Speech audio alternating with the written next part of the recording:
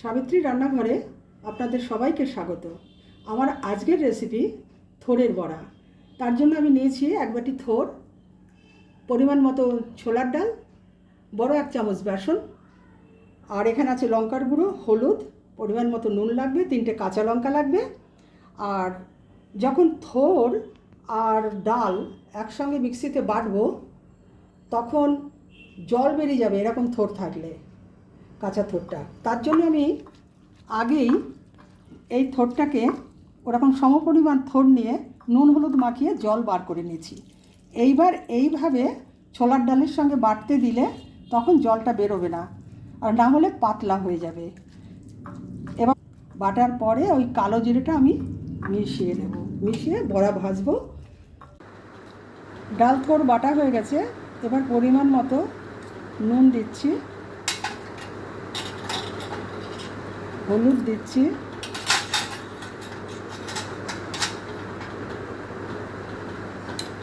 লঙ্কার গুঁড়ো দিচ্ছি, বেসন দিচ্ছি,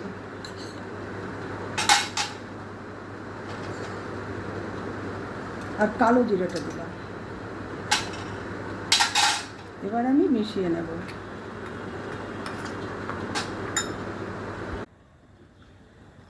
রান্নাঘরে চলে এসেছি, এবার বড়াটা ভেজে নেব।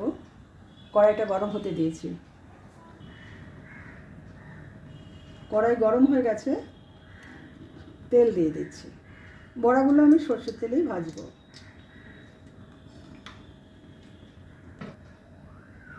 তেল গরম হয়ে গেছে, এবার বড়াগুলো ভেজে নেব।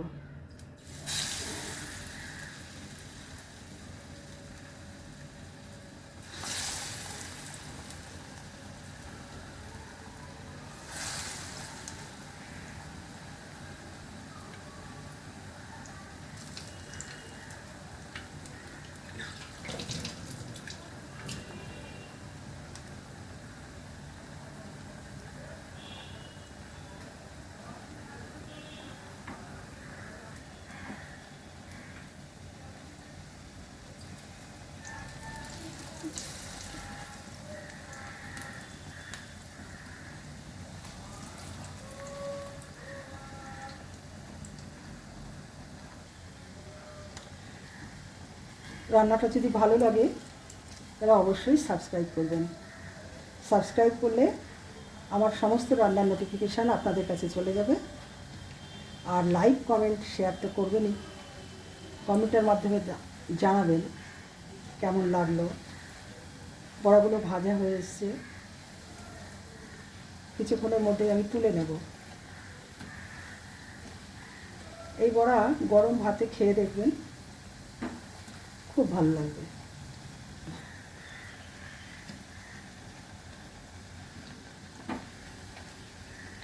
আমার ফেসবুক পেজটাকে ফলো করবেন। বড়াগুলো আমি এবার তুলে নেব। আপনারা সুস্থ থাকবেন, ভালো থাকবেন, এই বলেই আমি ভিডিওটা এখানেই শেষ করছি।